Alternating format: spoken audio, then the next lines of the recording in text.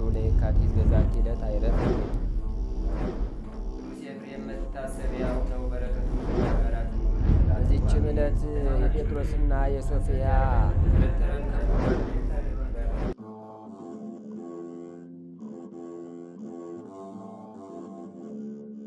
በስመ አብ ወወልድ ወመንፈስ ቅዱስ አሐዱ አምላክ አማስሩ ወሰኒው ለጥቅምት በዛቲ ዕለት ተዝካረ በዓሉ ለመልአክ ክቡር ሚካኤል ሊቀ መላእክት። አንድ አምላክ በሚሆን በአብ በወልድ በመንፈስ ቅዱስ ስም ጥቅምት 12 በዚች ዕለት የመላእክት አለቃ የቅዱስ ሚካኤል የከበረ መልአክ የበዓሉ መታሰቢያ ነው። በዚችም ቀን ወደ ነቢይ ሳሙኤል እግዚአብሔር ልኮታልና የዳዊት አባት ወደሆነ በቤተልሔም ወደሚኖር ወደ እሴይ ልጅ ቤት ይሄድ ዘንድ በቂስ ልጅ በሳኦልም ፈንታ ለእስራኤል ልጆች እንዲነግስ ልጁ ዳዊትን ይቀባው ዘንድ አዘዘ። ሳሙኤልም ወደ እሴይ ልጅ ቤት ሄዶ ልጆችን ሁሉንም አቅርብልኝ አለው። እሴይም ከዳዊት በቀር ሁሉንም አቀረባቸው። እርሱ በእርሻ ውስጥ በጎችን ይጠብቅ ነበርና። ሳሙኤልም የመንግስት ቅባት ያለበትን ብልቃጥ በራሳቸው ላይ ከፍ ከፍ ባደረገ ጊዜ እግዚአብሔር አልመረጣቸውም። ሳሙኤልም እሴይ ልጆችህ እኒህ ብቻ ናቸውን? አለው። እሴይም በጎች የሚጠብቅ አንድ ትንሽ ልጅ አለ አለው። ሳሙኤልም ደግሞ እሴይን እሱ ሳይመጣ ምሳ አልበላምና ልከ አስመጣው አለው። እሱም ልኮ አስመጣው። መልኩም ቀይ፣ ዓይኖቹም የተዋቡ አርያውም ያማረ ነው። እግዚአብሔርም ሳሙኤልን ይህ ይበልጣቸዋልና ተነስተ ቅባው አለው። በዚያም ጊዜ ሳሙኤል የመንግስት ቅባት ያለበትን ቀንድ አምጥቶ በወንድሞቹ መካከል ቀባው። ከዚያችም ቀን ጀምሮ ለሁል ጊዜ የእግዚአብሔር መንፈስ በዳዊት ላይ አደረበት፣ በእስራኤል ልጆችም ላይ ነገሰ። ደግሞ ሁለተኛ በዚች ቀን እግዚአብሔር የመላእክት አለቃ ቅዱስ ሚካኤልን ወደ ዳዊት ላከው። ራእታይ ጎልያድን እስኪገድለውና የእስራኤልን ልጆች እስከሚያድናቸው ረድቶ ኃይልን ሰጠው። ስለዚህም የበዓሉን መታሰቢያ በየወሩ በ12 ቀን እናደርግ ዘንድ የቤተ ክርስቲያን መምህራን አዘዙን። ለእግዚአብሔርም ምስጋና ይሁን፣ እኛንም በመላእክት አለቃ በቅዱስ ሚካኤል አማላጅነት ይማረን ለዘላለሙ። ሰላም ለከ ዘገነተ ጽባኦፍ ምህረተ ኃጣን ዘተነቁ በዘኢያረም አፍ ሚካኤል ክድነኒ ወቀፈኒ በክንፍ ይትከየድ በበድየ ግዘ ልሳተ ፄው ግዱፍ ወይደቅ እምክብርየ ከመጽጌ ንጉፍ። በዚችም ቀን ከ12ቱ ሐዋርያት የአንዱ የወንጌላዊ ማቴዎስ የረፍቱና የምስክርነቱ መታሰቢያ ነው። ይህም እንዲህ ነው። በብዙ አገሮች ውስጥ አስተምሮ ብዙዎች ሰዎችን እግዚአብሔርን ወደ ማወቅ ከመለሰ በኋላ ክብር ይግባውና ጌታችን ወደ ካህናት አገር እንዲሄድ አዘዘው። ተጉዞም ወደ ከተማው መግቢያ ደጅ በደረሰ ጊዜ አንድ ወጣት ብላቴና አገኘ። ወደ ከተማው ለመግባት እንዴት እንደሚችል ጠየቀው። ወጣቱ ብላቴናም እንዲህ ብሎ መለሰለት፣ አንተ ግን ራስንና ጽምህን ካልተላጨ በእጅህም ዘንባባ ካልያዝክ መግባት አትችልም። ይህም ነገር ለሐዋርያ ማቴዎስ አስጨንቆት ሲያዝን አስቀድሞ ያነጋገረው ያ ወጣት ብላቴና ዳግመኛ በስሙ ጠራው። ሐዋርያውም ወዴት ታውቀኛለህ አለው። እርሱም እኔ ጌታ ኢየሱስ ነኝ፣ አሁንም እንደነገርኩ አድርግ፣ እኔም ካንተ ጋር አለው፣ ካንተም አልርቅም አለው። ከዚህም በኋላ ጌታችን እንዳዘዘው አድርጎ ወደ ካህናት አገር ገባ። ለአማልክት ካህናት አላቃቸው ከሆነ ከአርሚስ ጋር ተገናኘ። ከእርሱም ጋር ስለ አማልክቶቻቸው ተነጋገረና ድንቅ ታምራትን በማድረግ ጣዖቶቻቸውን አቃጠላቸው። እንዲህም አላቸው፣ ራሳቸውን ማዳን ያልቻሉ ሌላውን እንዴት ያድናሉ? በዚያንም ጊዜ ከአርሚስ ጋር ብዙዎች ሰዎች አምነው አጠመቃቸው። ከሰማይም ማዕድ አውርዶ መገባቸው። የአገሩም ንጉሥ ይህን በሰማ ጊዜ እጅግ ተቆጥቶ ከአርሚስ ጋር ሐዋርያውን ወደ እሳት ጨመረው። ጌታችንም አዳናቸው። ከዚህም በኋላ በሚያሰቃያቸውም ነገር ሲያስብ እነሆ ልጁ እንደሞተ ነገሩት። እጅግም አዘነ። ሐዋርያ ማቴዎስንም ልጅህን እንዳስነሳው ወደ አማልክት ለምን አትለምንም አለው። ንጉሡም የሞተ ማንሳት እንዴት አማልክት ይችላሉ ብሎ መለሰ። ቅዱስ ማቴዎስም ብታምንስ የእኛ አምላክ ልጅህን ማስነሳት ይችላል አለው። ንጉሡም ልጄ ከተነሳ እኔ አምናለሁ አለ። በዚያን ጊዜ ሐዋርያው ክብር ይግባውና ወደ ጌታችን ኢየሱስ ክርስቶስ ጸለየና የንጉሡን ልጅ ከሞት አስነሳው። ንጉሥም ክብር ይግባውና በጌታችን አመነ። የሀገር ሰዎች ሁሉም አመኑ። የቀናች ሃይማኖትንም አስተምሮ የክርስትና ጥምቀትን አጠመቃቸው። ካህናትንም ሾመላቸው። ከዚህም በኋላ ወደ ሌሎች አገሮች ሂዶ ወንጌልን አስተማረ። ከዚህም አስቀድሞ በደመና ተነጥቆ ብሔረ ብፁዓን ገብቷል። ክብር ይግባውና ጌታችን ክርስቶስን ሁልጊዜ በየበዓላቸው ወደ እነርሱ ሲመጣ አየው። ከእርሱም ጋር መጥቶ 40,000 ሕፃናት አሉ። መላእክትም ሁሉ በዙሪያው ቆመው ያመሰግኑታል። በብሔረ ብፁዓን ስለሚኖር ወገኖችም ድንቅ ስለሆነ ስራቸው ሁሉ ከሐዋርያው በኋላ ወደ እርሳቸው የገባ ዞሲማስ ቀሲስ ምስክር ሆነ። ከዚህም በኋላ የሐዋርያው የተጋድሎውና የምስክርነቱ ፍጻሜ ሲቀርብ ወደ አንዲት ከተማ ገብቶ አስተማረ። ብዙዎችንም አሳመነ። አገረ ገዥውም ይዞ ከወህኒ ቤት ተጨመረው። በዚያም አንድ እጅግ የሚያሳዝን እስረኛ አይቶ ስለ ሐዘኑ ጠየቀው። እርሱም ብዙ የሆነ የጌታው ገንዘብ ከባሕር እንደሰጠመበት ነገረው። ሐዋርያ ማቴዎስም ወደ ገሌ ባሕር ዳርቻ ሂድ፣ ወርቅን የተመላ ከረጢትንም ታገኛለህ፣ ያንንም ወርቅ ወስደህ ለጌታ ስጥ አለው። ስለዚህም ድንቅ ተአምር ብዙዎች ክብር ይግባውና በጌታችን አመኑ። መኮንኑም በሰማ ጊዜ እጅግ ተቆጣ። ቅዱስ ማቴዎስንም ራሱን እንዲቆርጡ ሥጋውንም ለሰማይ ወፎች እንዲጥሉ አዘዘ። ከከተማውም አውጥተው ቆረጡት። ምዕመናንም በስውር መጥተው ወስደው በመልካም ቦታ ኖሩት። ለእግዚአብሔር ምስጋና ይሁን፣ እኛንም በዚህ ቅዱስ ማቴዎስ ጸሎት ይማረን፣ በረከቱም ከእኛ ጋር ትኑር ለዘላለሙ አሜን። ሰላም ለማቴዎስ በደመና ሰማይ ዘተጠምቀ ህሩያን ይርአይ ዘብሔረ ብፁዓን ደቂቀ ወለብእሲ ሙቁ በውስተ ዕዳ ዘወድቀ ያሰስልም ላይ ለነፍሱ ምንዳቤ ወጻይከ በስልጣነ ቃሉ አዘዘ ማይምቀ ከመያው ጸሎቱ ዘተሰጥመ ወርቀ። በዚችም ቀን ንጹሕ ድንግል የጠባይን ፍላጎት ድል የነሳ አባት ለአባቶች ሊቃነ ጳጳሳት 12ኛ የሆነ የእስክንድርያ ሊቀ ጳጳሳት አባ ድሜጥሮስ አረፈ። ይህም አባት አስቀድሞ መጻሕፍትን ያልተማረ ሕዝባዊ ገበሬ ነው። በወላጆቹ የወይን አትክልት ቦታዎች ውስጥ የሚሰራ ሆነ። ከታናሽነቱ ሚስት አጋብተውት ከእርሷ ጋር 48 ዓመት ኖረ። ድንግልናቸውን በንጽህና የጠበቁ ናቸው። የተሰወረውን ከሚያውቅ እግዚአብሔር በቀር ይህን የሚያውቅ የለም። ከእርሱ በፊት የነበረ ሊቀ ጳጳሳት ቅዱስ ዮልያኖስ እረፍቱ በቀረበ ጊዜ የእግዚአብሔር መልአክ ተገለጠለት። ከእርሱ በኋላ ሊቀ ጳጳሳት የሚሆነውን በምልክት ገለጠለት። እንዲህም አለው፣ ነገ የወይን ዘለላ ይዞ ወደ አንተ የሚገባ ሰው አለ። ከአንተ በኋላ ሊቀ ጳጳሳት የሚሆን እርሱ ነውና ያዘው፣ አትተወው። በዚያችም ቀን ድሜጥሮስ ወደ አታክልቱ ቦታ ገባ። ያለ ጊዜው ያፈራ የወይን ዘለላ አገኘ። ያንንም የወይን ዘለላ በረከት ሊቀበልበት ወደ ሊቀ ጳጳሳት አባ ዮልዮስ ይዞት ሄደ። በዚያንም ጊዜ አባ ዮልዮስ ድሜጥሮስን በእጁ ይዞ ለሕዝቡ ሁሉና ለኤጲስቆጶሳት አሳልፎ ሰጠው። ከኔ በኋላ ሊቀ ጳጳሳት የሚሆነችው ይህ ነው፣ ስለ እርሱ ከእግዚአብሔር የተላከ መልአክ ነግሮኛልና ይዛችሁ ሽሙት አላቸው። ከዚህም በኋላ አባ ዮልዮስ ባረፈ ጊዜ የጸሎቱን ስርዓት ፈጽመውለት ሊቀ ጵጵስና ሾሙት። ያን ጊዜ መንፈስ ቅዱስ መላበት። የቤተ ክርስቲያን የሆኑ የብሉያትና የአዲሳት መጻሕፍትን አንብቦ ተረጎመላቸው። ብዙዎች ምስጢራትም ተገለጡለት። ከዚህም በኋላ ባሕረ ሐሳብ የሚባለውን የዘመን መቁጠሪያ ሰራ። ከእርሱ በፊት የነበሩ የክርስቲያን ወገኖች የመድኃኒታችን የጥምቀቱን በዓል ጥር 11 ቀን አክብረው በማግስቱ የከበረች 40 ጾምን ጀምረው እስከ የካቲት 22 ቀን ድረስ ይጾማሉ።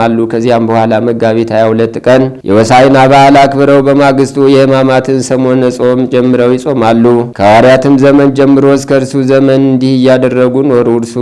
እርሱም እንዲህ ሰራ። የከበረች የጌታችን ጾም መግቢያዋ ከሰኞ ቀን እንዳይፋለስ ፍጻሜውም ከአርብ ቀን። ከዚህም የሆሳዕናን በዓል አያይዞ ሰራ።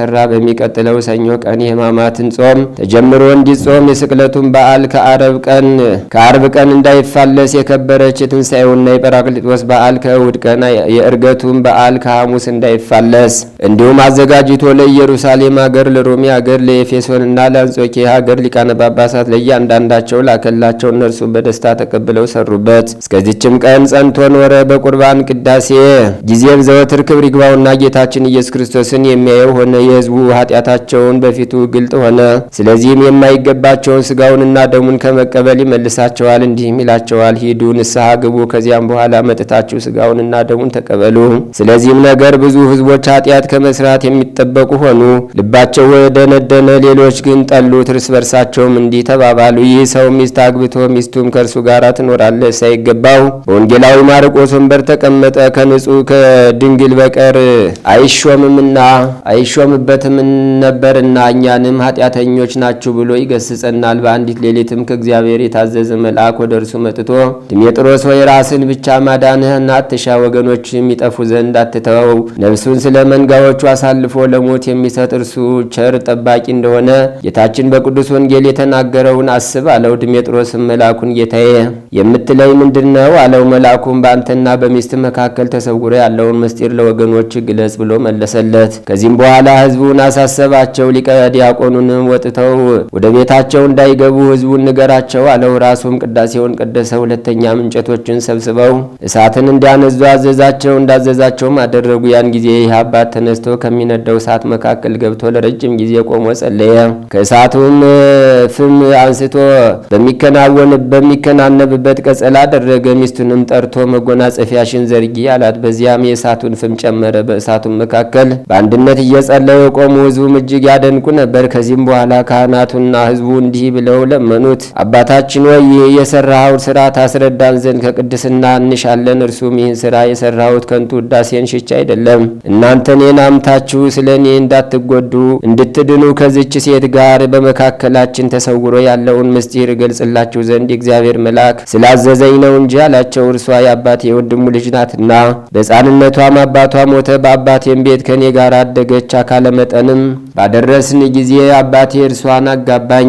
ወደ ጫጉላ ቤትም በገባን ጊዜ እኔ እህትህ ስሆን ላንተ እንዴት አጋቡኝ አለችኝ። እኔም የምትፈቅጂ ከሆነስ ድንግልናችንን ጠብቀን በአንድነት እንኑር፣ ይህንንም በመካከላችን ያለውን ምስጢር የሚያውቅ አይኑር አልኳት። በዚህም ተስማምተን በአንድ ቤት ውስጥ በአንድ አልጋ እየተኛን አንድ መጎናጸፊያንም እየተጎናጸፍን 48 ዓመት ያህል ኖርን። ይህን ስራችንን ያለ እግዚአብሔር የሚያውቅ የለም። እኔም እርሷ ሴት እንደሆነች አላወቅኳትም፣ እርሷም እኔን ወንድ እንደሆንኩ አታውቅም።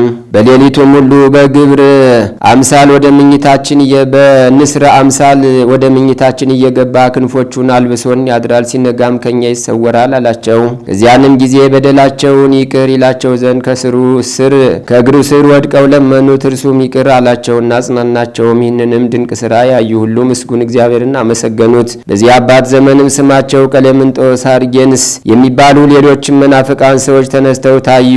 ሌሎችም በአንድነት ሆነው ስለ ሃይማኖት የፈጠራ መጽሐፍ ጻፉ። እርሱም አውግዞ ከምእመናን ለያቸው። እርሱም ሁልጊዜ ያለ እረፍት ከጧት እስከ ማታ ምእመናንን የሚያስተምራቸው ሆነ። ሸምግሎ በደከመም ጊዜ በአልጋ ላይ አስቀምጠው ተሸክመው ወደ ቤተ ክርስቲያን ያደርሱታል። እስከ ማታ ድረስም ያስተምራቸዋል። ሰዎችም ሁሉ ትምህርቱን ይሰሙ ዘንድ ይጨናነቃሉ። መላ የሕይወቱ ዘመን 107 ነው። በሰላም በፍቅር አንድነትም አረፈ። ለእግዚአብሔር ምስጋና ይሁን። እኛንም በዚህ በቅዱስ አባት ጸሎት ይማረን፣ በረከቱም ከእኛ ጋር ትኑር ለዘላለሙ።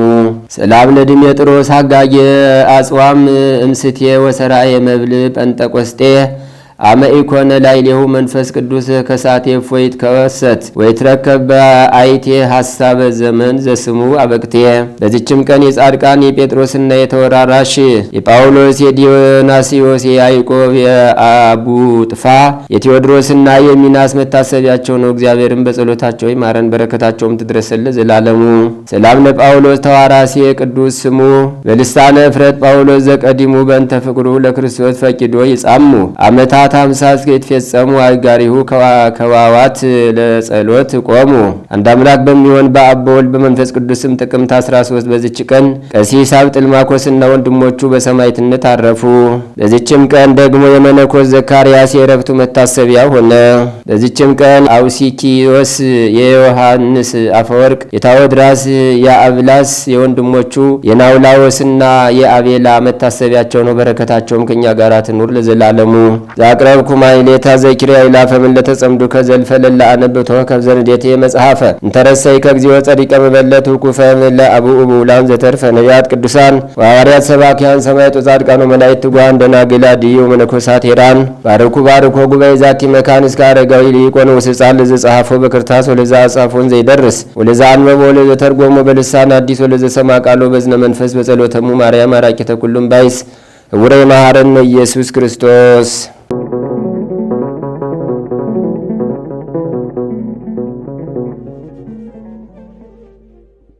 ተአምሪሁ ለቅዱስ ሚካኤል ሊቀ መላእክት ጸሎቱ ወበረከቱ ያሉ ምስለ ኩልነ ህዝበ ክርስቲያን ለዓለም ዓለም አሜን። ተፈጥሮ ከነደ እሳት የሚሆን ብዙ የሚያመሰግኑት የምስጋና ባህር እንደ ነጎድጓድ ሚጮህ እጅግ ከሚያስፈራ ከልዑል ሰረገላ ፊት ዘወትር የሚቆም በጉልበቱ እየተንበረከከ ለሰው ልጅ ምሕረትን የሚለምን የመላእክት አለቃ ቅዱስ ሚካኤል ያደረገው ተአምር ይህ ነው። የጸሎቱ ኃይል በየጊዜው ከሚያሰቃየን ረሃብ ቸነፈር ያድነን። የምስጋናው ነጠብጣብ ልዩ ነው። መጎናጸፊያው ነጭ ነው፣ ፈርጥ ያለበት ነው፣ መብረቅ ነው። ጨለማን እየለበሱ ከሚያጠቁ ሰራዊተ ሰይጣናት አጋዲሞስ ቆራርጦ ይጣላቸው። የቤተ ክርስቲያን ልጆች የምንሆን እኛን በፍርድ አደባባይ እንዳናፍር በቸርነቱ ይጎብኘን። እጁንም ዘርግቶ ይባርከን። ከዛሬ እስከ ዕለተ ምጽአት ድረስ በየዘመኑ የሚተካውን ትውልድ እስከ ልጅ ልጅ ያለውን ትውልድ ከሲኦል ሞገድ ያድነን ለዘላለሙ አሜን። ሁለት ዓይኖቹ የታወሩ እንዲሁም በልዩ ልዩ በሽታ የተያዘ አንድ ክርስቲያናዊ ሰው በአንዲት ሀገር እንደነበረ ተነገረ። በቅዱስ ሚካኤል በዓል መታሰቢያ ቀን የሚከበርበት ዕለት ደረሰ። እርሱም ልጆቹና ቤተሰቦቹንም ጠርቶ ኑና የመላእክት አለቃ የሚሆን ወደ ቅዱስ ሚካኤል ቤተ ክርስቲያን እንሂድ፣ ታላቅ የሚሆን በዓል የሚከበርበት ቀን ደርሷልና አላቸው።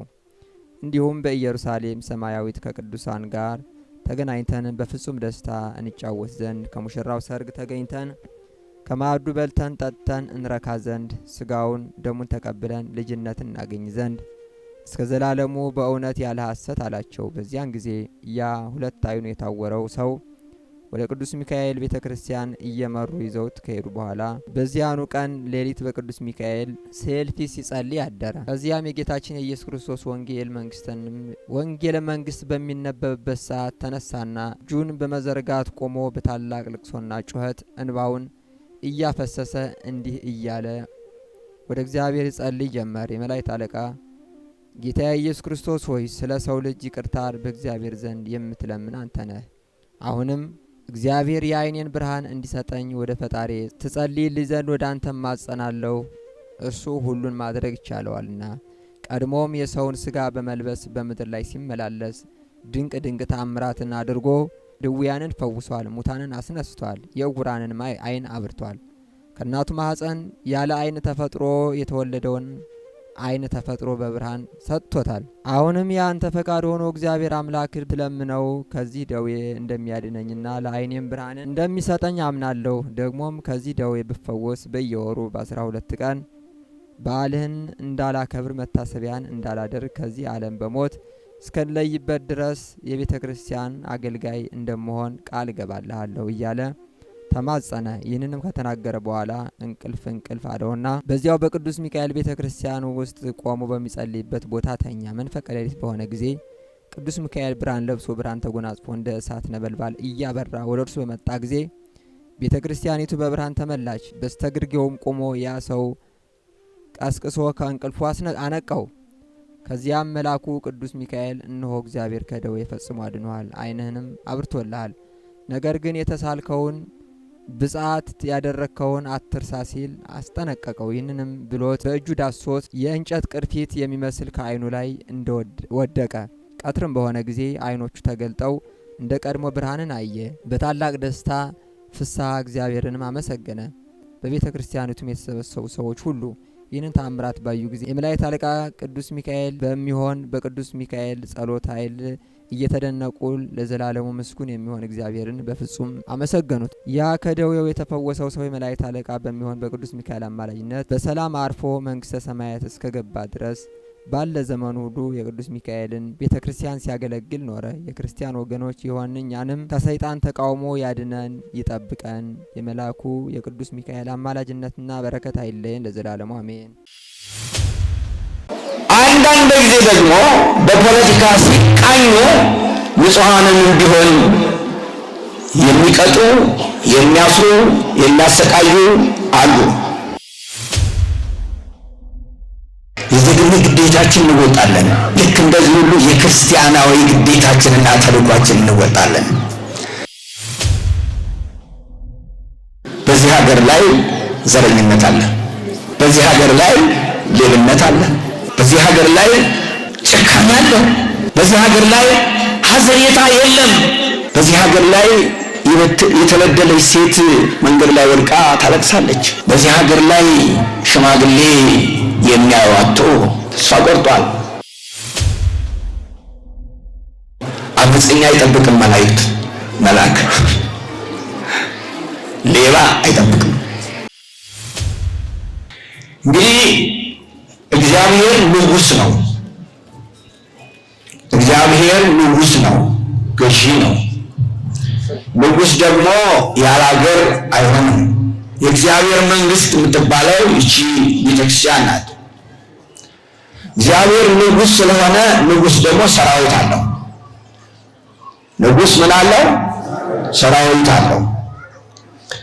የእግዚአብሔር ሰራዊት መላእክት ይባላሉ። እሱ ረቂቅ መንፈስ ስለሆነ የእሱ ሰራዊትም እንደዚሁ መንፈሳውያን ናቸው። የማይሞቱ የማያረጁ በአንድ ቦታ የማይወሰኑ የማይጨበጡ የማይዳሰሱ ነገር ግን የሚሰሩ። ስለዚህ እግዚአብሔር ንጉሥ ነው። ንጉሥ ሰራዊት አለው። የንጉሡ ሰራዊት ደግሞ ምንድናቸው ብለናል?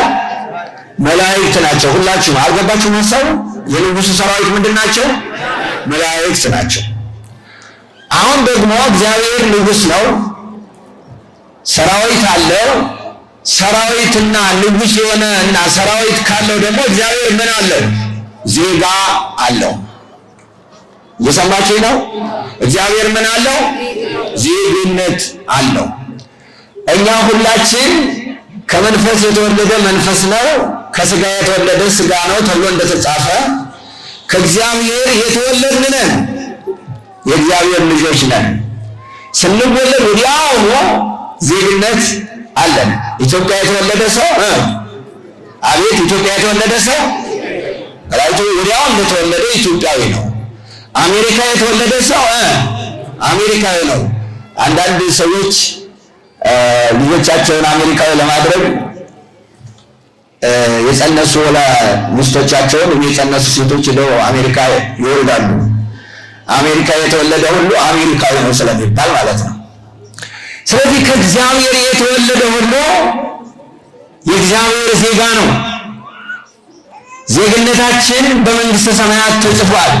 በአርባ ቀናችን ስንጠመቅ ስማችን ወለተ ማርያም፣ ሀብተ ማርያም፣ ኃይለ ሚካኤል የፈለጋችሁትን ስም ስንጠራ ወዲያውኑ እዚያ ከሰማይ አባል እንሆናለን።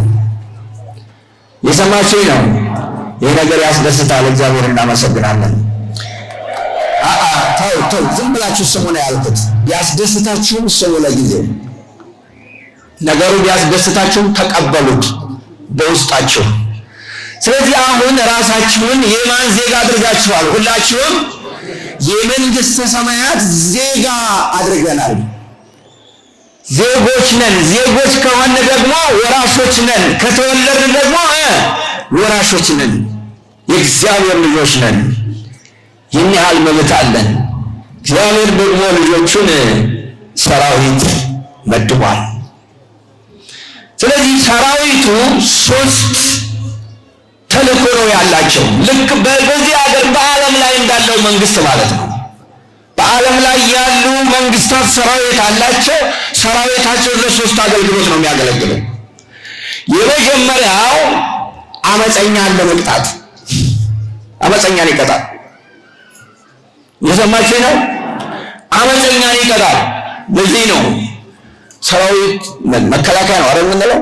መከላከያ ሰራዊት፣ ፖሊስ ሰራዊት የሌለ ስም የለም። እነዚያ ሁሉ ስራቸው አመፀኛን መቅጣት ነው። አንዳንድ ጊዜ ደግሞ በፖለቲካ ሲቃኙ ንጹሐንንም ቢሆን የሚቀጡ፣ የሚያስሩ፣ የሚያሰቃዩ አሉ። እነሱ ሰራዊቶች ሳይሆን አመፀኞች ናቸው። እነሱ ዜጋን የሚጠብቁ ሰራዊት አይደሉም። እነሱ አመፀኞች ናቸው። የእግዚአብሔር ሰራዊት ግን እንደዚህ አይደሉም። አመፀኛውን ይቀጣሉ። መጀመሪያ የተቀጣው ሰው በገነት የነበረው አዳም ነው። አዳም ከእግዚአብሔር ጋር ሲጣላ ወዲያውኑ ቦታ ነው የለቀቀው። ቦታ መለቀቅ ብቻ አይደለም፣ ተመልሶ ወደ ነበረበት ወደ ሕይወት ቦታ እንዳይሄድ የሚንበለበል ሰይፍ ይዘው መላእክቱ ጠበቁ ይላል። ክርስቲያን ወገኖች፣ እውነተኞች ክርስቲያኖች ካልሆን እየሰማችሁ ነው? እሺ፣ ታሰጋለች ትንሽ። እውነተኞች ክርስቲያኖች ካልሆን፣ በእውነት የእግዚአብሔር ልጆች ካልሆን፣ በእውነት የጽድቅ ልጆች ካልሆን፣ በእውነት በ40 ቀንና በ80 ቀን በተጠመቅነው ጥምቀት ልጅነታችን በተግባር ካላሳየን መላእክቱ ለእኛ ከመጠበቅ ይልቅ ለቅጣት ሊመጡ ይችላሉ። ስለዚህ ዛሬ እዚህ ቦታ ስንማር የቅዱስ ሚካኤልን ተራዳይነት ስናስብ መጀመሪያ ወደ ምናችን መመልከት አለብን። ሁላችሁም አቤት ድምጻችሁ ረገብ እያለ ወደ ውስጣችሁ ተመልከቱ። እኔ በመልአኩ በሚካኤል ለመጠበቅ ብቁ ነኝ ወይ? ዜግነቴን አክብሬያለሁ ወይ? በሰማያዊ ዙፋን ባለው በተመዘገበው በመንግስተ ሰማያት ባለኝ መብት ትክክለኛ ነኝ ወይ የሚለው ጥያቄ መመለስ አለባቸው። አዳም ብቻውን ነበር። በተሳሳተ ጊዜ ምህረት የለም። ለኃጢአተኞች ምህረት ቢኖርም ለኃጢአት ግን እግዚአብሔር ምህረት የለውም። ለኃጢአተኞች ምህረት አለው እግዚአብሔር፣ ለኃጢአት ግን ምህረት የለውም። ይቀጣል ኃጢአትን።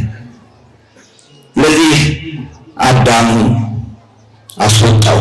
በሚንበለበል ሰይፍ በኪሩቤል የምትገለባበት ሰይፍ ገነትን አጠራት፣ ወደ ገነት እንዳይገባ። ሁለተኛ የአሦር ሰራዊት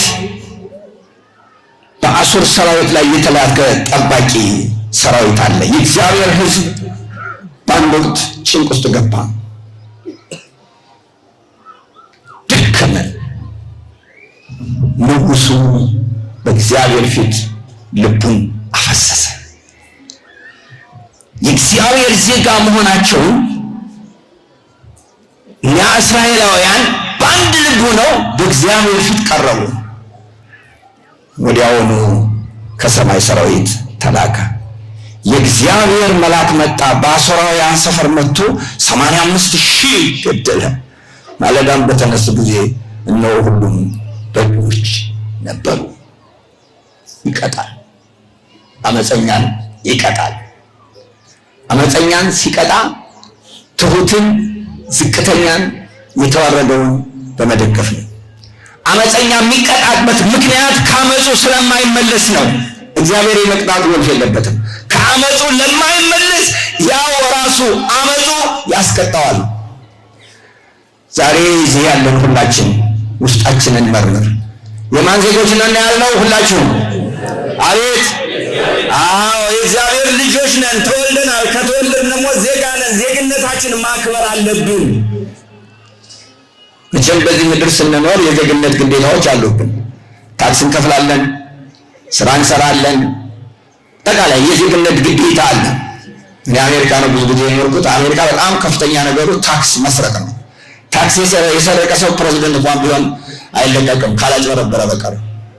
የዜግነት ግዴታ ነው። የዜግነት ግዴታችን እንወጣለን። ልክ እንደዚህ ሁሉ የክርስቲያናዊ ግዴታችንና ተልኳችን እንወጣለን። ይህን ህዝብ ሰኞ ቀን በስራ ቀን በእግዚአብሔር ፊት እየዘመረ እልል እያለ እያስቀደሰ የሚውል ከሆነ ምን እንድታደርጉ ነው የምናስተምራችሁ? ከዚህ በላይ ምን ታደርጉ ምን አድርጉ ብለን እኔ አንዳንድ ጊዜ እዚህ ሀገር ምን ላስተምራለሁ፣ ግን አሳዛኙ ነገር ቅድም ጠይቅ ነበር አንዱን የቤተክርስቲያን አስተዳዳሪ ስንት የሚካኤል ቤተክርስቲያን አለ በአዲስ አበባ እያልኩኝ ብዙ ነው ያሉ። ቆጥሮ አልነገሩኝም። ምናልባት 20 ምናልባት 30 ምናልባት 40 በዚያ ሁሉ ይህን ያህል ህዝብ አለ። እግዚአብሔር ይመስገን። ግን በዚህ ሀገር ላይ ዘረኝነት አለ። በዚህ ሀገር ላይ ልናገረው አትቀየው ሌብነት አለ። በዚህ ሀገር ላይ ጭካኔ አለ። በዚህ ሀገር ላይ ሐዘኔታ የለም። በዚህ ሀገር ላይ የተለደለች ሴት መንገድ ላይ ወድቃ ታለቅሳለች። በዚህ ሀገር ላይ ሽማግሌ የሚያየው አጥቶ ተስፋ ቆርጧል። በዚህ ሀገር ላይ የኑሮ ውድነት ሰውን ያሰቃያል። በዚህ ሀገር ላይ ጉቦና ዳኛ አለ። በዚህ ሀገር ላይ አታላይነት አለ። በዚህ ሀገር ላይ አጭበርባሪነት አለ። በዚህ ሀገር ላይ ውሸት አለ። ታዲያ የት አለ ሙሉ ቀን መዘመሩ? አንተ ክርስቲያን፣ አንቺ ክርስቲያን የት አለ? የት አለ? ይህን እያንዳንዳቸው ጠይቁ። ይሄ ከኔ ጀምሮ ነው። ጠይቁ እያንዳንዳቸው ራሳችሁ። ዜጋ ነኝ ምንድን ነው ያልነው? የመንግስተ ሰማያት ንገሩኝ እንጂ ዜጋ ለዘላለም ሕይወት ዜጋ በዚህ ምድር የምንኖረው ለዚያ ለዘላለም ሕይወት ነው። መላእክቱን ይህንን ህዝብ ሊጠብቁ ነው። አመፀኛ አይጠብቅም መላእክት። መልአክ ሌባ አይጠብቅም። አጭበርባሪ ውሸታም አይጠብቅም። ራሳችን አናታል።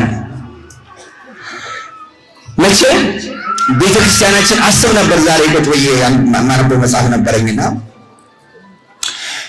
እግዚአብሔር ጋር እንዴት ነው ያለማቋረጥ የምንገናኘው የሚል ያለማቋረጥ በህይወታችን ከእግዚአብሔር ጋር እንዴት ነው በህይወታችን ስለ እግዚአብሔር ከእግዚአብሔር ጋር ስላለን ግንኙነት ያለማቋረጥ የምናስበው እንዴት ነው የሚል ነበር ጥያቄ ጸሐፊው የሚጽፈው። እና መልሱ በነገር ሁሉ ይላል። ግን እኔ ከዚያ በላይ ሄድኩ። የቤተ ክርስቲያናችንን ስርዓት ሳይ 30 ቀን ሙሉ መታሰቢያ አለ። 30 ቀን ሙሉ እንደውም ቅድም ከስንክሳሩ ስናየው የነበረው ወደ 5-6 ናቸው መታሰቢያ የነበራቸው በሙሉ የቅዱሳኑ ክብር። ለካ እነዚህ አባቶቻችን በየቀኑ እንደዚህ ያደረጉልን፣ በየቀኑ በየደቂቃው በየሰዓቱ በ24 ሰዓት ከእግዚአብሔር ጋር እንድንነጋገር ነው። አይገርምም? እንዴት አይነት ባህል አለን! የቅዱሳኑን ክብር በሰማይ እነሱ ለእኛ እየዘመሩ እኛ ደግሞ በዚህ በምንችለው ለእግዚአብሔር እየታዘዝ ስራቸውን የጨረሱ ቅዱሳን በሰማይ ሆነው ለእኛ ይጸልያሉ። ስራችን ያልጨረስነው ደግሞ በዚህ በምድር የቀረውን ስራ እናከናውናለን። ይሄ ያለማቋረጥ በየቀኑ እግዚአብሔርን እያመሰገን ስለ እግዚአብሔር እያሰብን፣ ግን ለዚህ ደግሞ እኛ ክርስቲያን ከተባልን ክርስቲያን እንሁን። የሰማችኝ ነው። ግን አንድ ሰውዬ ጋር ሳወራ እንዳትቀየሙ ግን እሺ፣ ሳወራ ኢትዮጵያ የክርስቲያን ሀገር ነው እያልኩ መፈከር ጀመርኩ። ምን ቢለኝ ጥሩ ነው? ኢትዮጵያ እንኳን የክርስቲያን የሰው ሀገር እንኳን የመሆን ችግር አለባት አለኝ። ኢትዮጵያ ውስጥ የጠፋው ዛሬ ምንድን ነው?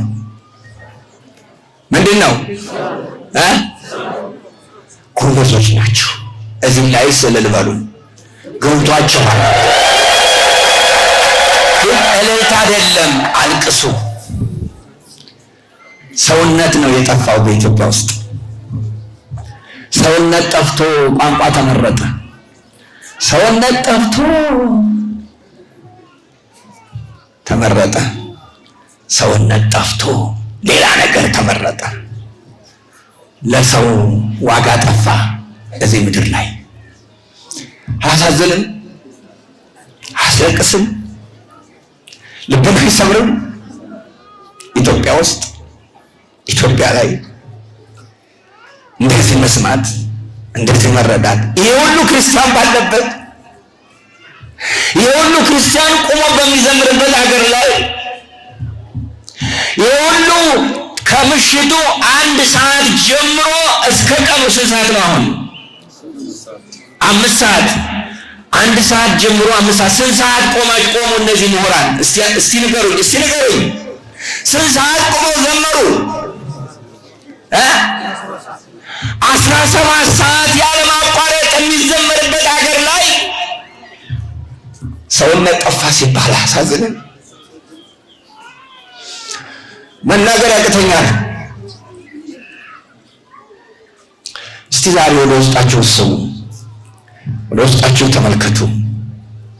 እስቲ ሰው እንሁን፣ እስቲ ሰው እንሁን። ሰው ካልሆኑ መላእክቱ ለቅጣት ይላካሉ። ሁለተኛ መላእክቱ የምስራች ነጋሪዎች ናቸው ለዜጎች። ሰራዊቱም እንደዚያ ነው። የድል በዓል ሲከበር የምስራች ያከብራል ሰራዊት መሳሪያውን እያሳየ። የእግዚአብሔር ሰራዊቶች ደግሞ መልካም በሆነበት ጊዜ ያውጃሉ፣ የደከመን ያበረታታሉ፣ ያዘነን ያጽናናሉ፣ አይዟችሁ ይላሉ።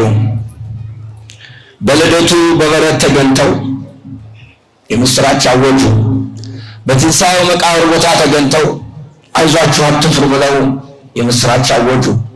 የዕርገቱ ዕለት ወደ ሰማይ ሲወጣ አይተው እናንተ የገሊላ ሰዎች ሆይ ይሄ ወደ ሰማይ ሲወጣ ያያችሁት ኢየሱስ ተመልሶ ይመጣል፣ እናንተ ስራችሁን ስሩ ብለው አዋጅን አወጁ። ዛሬም ይሄ አይለወጥም። የመላእክቱ ስራ የምስራች አዋጅ አለው። የሰማችሁ ነው። መልካም ለሰሩት አዋጅ አለ፣ መጥፎ ለሰሩት ቅጣት አለ። የኔና የእናንተ ስራ የት ነው?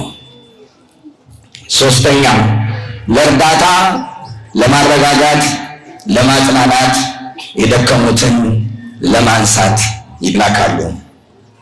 በሰለጠነው ዓለም ሶስት ከባድ አደጋዎች አሉ። ማዕበል፣ እሳት፣ መሬት መንቀጥቀጥ። እነዚህ በጣም ከባድ ናቸው። እኔ በምኖርበት ሀገር ማዕበል ይነሳል፣ እሳት ቃጠሎ ይነሳል፣ የመሬት መንቀጥቀጥ ይነሳል። በዚህ ጊዜ ሌላ ሰው አይችልም። በዚህ ጊዜ ሌላ ተራ ሰው ያንን ህዝብ ያንን ቃጠሎ ለማጥፋት መሬት ተንቀጥቅጦ ግንብ የወደቀበትን ህዝብ ለማውጣት ወይም ደግሞ ማዕበል ያጥለቀለቀውን ለመጥረግ ሌላ አቅም የለውም። ሚሊተሪ ብቻ ነው፣ ወታደር ብቻ ነው የሚችለው። ያለጋናችሁ ወታደሮች ብቻ ናቸው የሚችሉት። ስለዚህ ያለ የሌለ መሳሪያቸውን ተጠቅመው ህዝብ ይረዳሉ። እንደዚህ ሁሉ የእግዚአብሔር ሰራዊት መላእክቱ ለዜጎቻቸው ለእግዚአብሔር ልጆች በመከራ ውስጥ በጭንቅ ውስጥ ይገባሉ። እነ ሲድራቅን እነ ሚሳቅን እነ አብደናጎን አናንያ አዛርያ ሚሳኤልን ከእሳት ውስጥ አብረው እየዘመሩ እሳቱ በእነሱ ላይ ኃይል እንዳይኖረው እንዴት እንዳደረጉ ታሪክ ይነግረናል መጽሐፈ ዳንኤል ከአንበሳ አፍ ውስጥ ሲጣል አንበሳው አጫዋቹ ሲሆን እናያለን። ሌሎችን ግን ቀርቦ ሲሰባብራቸው መጽሐፍ ቅዱስ ይነግረናል። የእግዚአብሔር ልጆች በማዕበል ውስጥ የማሳለፍ አቅም አላቸው። መላእክቱ ይረዳሉ፣ ይንከባከባሉ። ዛሬ የምናከብረው አንደኛው ታሪክ ይሄ ነው። የዛሬው ታሪክ ባጭሩ ካሁን በኋላ 10 ደቂቃ ይቀረኛል። 10 ደቂቃ። ኒውዮርክ ሀገር ስለኖርኩ ሰዓት በጣም ነው የምጠቀመው። ኒውዮርክ ነው የምኖረው። እነ ዳንኤል፣ ጴጥሮስ፣ ቅዱስ ጴጥሮስ ሐዋርያው ሰበክ ተብሎ ነው፣ ሌላ ያደረገው ነገር የለም። ታሰረ እና እስር ቤት ሆኖ ይሰቃያል። ምናልባትም ሲነጋ ሞታለሁ ብሎ ያስባል። ነገር ግን ባልታሰበ ደቂቃና ሰዓት እስር ቤቱ ተሰበረ። አንድ ሰው ተነስ ጴጥሮስ ተነስ ብሎ ቀሰቀሰው። ጴጥሮስ ማን እንደቀሰቀሰው የት ልሄድ ነው? ምናልባት ልገረፍ ነው ብሎ አስቦ ይሆናል፣ አያውቅም። ተከትሎ ወጣ። በጫማህን አድርግ ቶሎ ጫማውን አደረገ፣ ተከተለ። ልክ ከሚያድርበት ቤት ሲደርስ ወዳጆቹ ካሉበት ቤት አጠገብ ሲደርስ ጥሎ ጠፋ። ጴጥሮስ ምን አለ? የእግዚአብሔር መልአክ አወጣኝ፣ ከእስር አወጣኝ አለ። አየህ፣ መላእክቱ እግዚአብሔር ለዜጎቹ ሰራዊቱን በተዘጋ በር እንኳን ይልካል። እግዚአብሔር ለዜጎቹ ለታማኝ ዜጎቹ እየሰማችሁኝ ነው? ለታማኝ ዜጎቹ ዛሬ በዚህ ላላችሁ ለምታነቡ እኛ ላናው በዛን ጊዜ ጴጥሮስ መልአክ አልመሰለውም፣ አያውቅም። ነገር ግን እግዚአብሔር ያውቅ ነበረ። መልአኩ የተላከበትን ተልእኮ ያውቅ ነበር። እዚህ ስዞር እናቶችን ማስታወጡ አይቻለሁ። ሁልጊዜ እናንተ ኦርቶዶክሳውያን በዚህ ጊዜ አይቻለሁ ለእግዚአብሔር ያላችሁን ፍቅር። አሁንም ስታነው አይቻለሁ። ያን ጊዜ እነ ጴጥሮስን ከስር ያዳነ እነ ዳያሌንን ካንበሳ ያተረፈ ያን ጊዜ ያን ያደረገ መልአክ ዛሬ በዚህ ሰዓት በዚህ ደቂቃ ከዚህ ላላችሁ ለእናንተ ለእያንዳንዳችሁ መላእክቱን ይላክላችሁ። እሱ ጥያቄያችሁን ልክ ለጴጥሮስ ለብቻው እንደመለሰለት፣ ለዳንኤል ለብቻው እንደመለሰለት፣ ለእያንዳንዳችሁ ለብቻችሁ እሱ ሰራዊት መላእክት ጠባቂ መድቧል። እሱ ጸሎታችሁን ይስማ።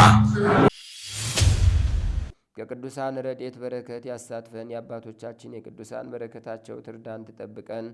በስራችን ሁሉ የእግዚአብሔር ቸርነት አይለየን። ሀገራችንን በጽኑ ሰላም ይጠብቅልን፣ ህዝቡን ከህዝብ ያስማማልን። በዓለም የተበተኑትን ህዝበ ክርስቲያን ወገኖቻችን በቸርነት ጠብቅልን። አቡነ ዘበሰማያት ይትቀደስ ስምከ ትምጻእ መንግሥትከ ወይኩን ፈቃድከ በከመ በሰማይ ከማሁ በምድር ሲሳየነ ዘለለ ዕለትነ ሀበነ ዮም ህድግ ለነ አበሳነ ወጌጋየነ ከመ ንሕነኒ ንህድግ ለዘአበሰለነ የታበአነ እግዚኦ ውስተ መንሱት አላ ድነን ነው ባልሃንም ኩሉ እኩይ እስመ ዚአከ ይእቲ መንግሥት ኃይል ወስብሐት ለዓለመ ዓለም። በሰላመ ቅዱስ ገብርኤል መልአክ ወእግዝእቴ ማርያም ሰላም ለኪ ድንግል በህሊናኪ ወድንግል በስጋኪ እመ እግዚአብሔር ጸባኦት ሰላም ለኪ ብሩክት አንቲ እምአንስት ወብሩክ ፍሬ ከርስኪ ተፈሥሒ ፍሥሕት ወምልዕተ ጸጋ እግዚአብሔር ምስሌኪ ሰአሊ ወጸልይ ምህረታ በፍቅር ወልኪ ኢየሱስ ክርስቶስ ከመ ይስራይ ለነ ኃጣውኢነ ተማኅፀነ ብኪ ኦ እግዚእ ኢየሱስ ክርስቶስ ሠራይ ኃጢአት ሥራይ ኃጢአቴ ወኃጢአተ ኩሉ ሕዝብ ከማይሠራ ኃጢአት እግዚአብሔር ይፍታ። ንቁ ሚዲያ ለተመልካቾቹ ከሚያደርሳቸው ዕለታዊ ሳምንታዊና ወርሃዊ ዝግጅቶች መካከል የየዕለቱን ስንክሳር ወርሃዊና ዓመታዊ የቅዱሳን ገላትና ድርሳናትን በኢትዮ ማህበር የዩቲዩብ ቻናል ያቀርባል። የየዕለቱን ስንክሳር ባሉበት ሆነው በማድመጥ እንዲሁም ወርሃዊና ዓመታዊ የቅዱሳንን ዜና ሕይወታቸውን በማድመጥ ከቅዱሳኑ በረከትና ረድኤት እንዲያገኙ ንቁ ሚዲያ የሁል ጊዜ ምኞቱ ነው። በየዕለቱ የሚለቀቁ ዜና ቅዱሳንን ላይክ፣ ሼርና ሰብስክራይብ በማድረግ አገልግሎቱን ይደግፉ። ንቁ ሚዲያ ርቱ የቤተ ክርስቲያን ልሳን